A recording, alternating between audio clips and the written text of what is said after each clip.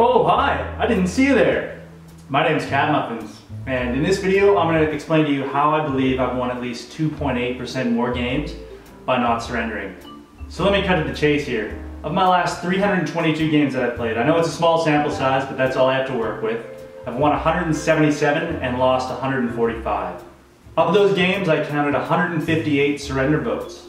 So of those 158 vote cases, 15 were losses by surrender. So my vote didn't impact it. Whether I voted or not, we still would have lost that game by a surrender. So of the other 143 games where it wasn't lost by a surrender, but a surrender vote was cast, in 21 of those games, the maximum surrender vote was 1-4. So of those 21 games, my team ended up winning 16 and losing 5.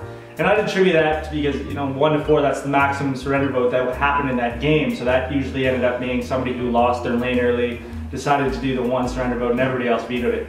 So next we'll look at the 2-3 cases, of which there were 69. Out of those cases, 32 were won and 37 were lost. And lastly, let's look at the 3-2 cases where my vote directly impacted the finished result of the game, because if I chose to vote, the game would have been over. So of those games, 18 were won and 35 were lost. So now let's just look at those cases, the 18 cases that my team won at a 3-2 surrender vote, and if I had chosen to surrender in all those cases, we would have lost all 18.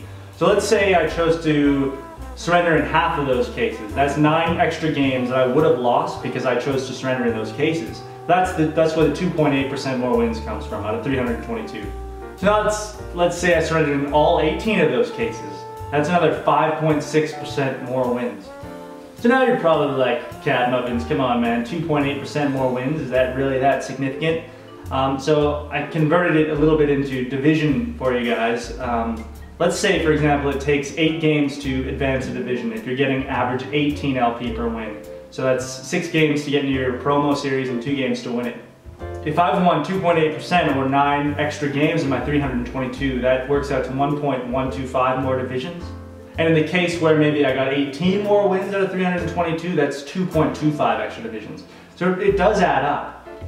Well, there you guys have it. I know I don't have a very large sample size, but I was interested in this about a year and a half ago, and I couldn't find surrender statistics anywhere, so I started to collect them. At the very least, 2.8% more wins because I chose not to surrender. Yeah, hope you guys enjoyed this video, and see you on the rip.